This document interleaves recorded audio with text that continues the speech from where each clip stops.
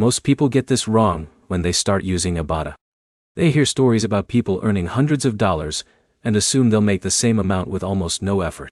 Here's the truth: no one tells you. Ibotta can help you save money and earn cash back, but your results depend heavily on your shopping habits, the offers you use, and how consistently you use the app.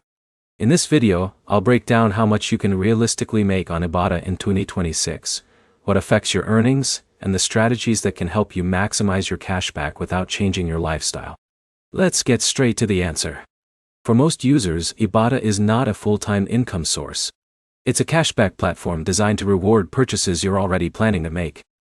The amount you earn depends on factors like how often you shop, the types of products you buy, and how many eligible offers you activate. For example, if Alex uses Ibotta only once or twice a month, his earnings will likely be modest. On the other hand, someone who shops weekly and regularly checks available offers may accumulate cashback much faster over time. Now here's where it gets interesting. The biggest difference between low earners and high earners isn't usually how much they spend. It's how they shop. Many experienced users review offers before making purchases. They activate cashback opportunities, compare available deals, and plan their shopping trips around products they already need. But here's the problem. Most people open Ibotta after they've already finished shopping. This is where most people fail. If you don't activate offers before making eligible purchases, you may miss cashback opportunities completely. Spending just a few minutes reviewing offers before shopping can significantly improve your results. In a minute, I'll show you the easiest way to increase your earnings without spending extra money. Let's look at a simple example. John spends money on groceries every week, regardless of Ibotta. Before heading to the store, he checks available offers and activates rewards for products he was already planning to buy.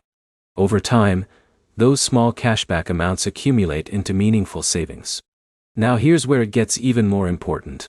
The biggest mistake is buying things you don't need just to earn cashback. If you're spending extra money to get rewards, you're reducing the value of the savings. The easiest strategy is focusing only on purchases you were already planning to make. That way, cashback becomes a bonus rather than an excuse to spend more. So how much can you actually make on Ibotta in 2026? The realistic answer is that earnings vary widely.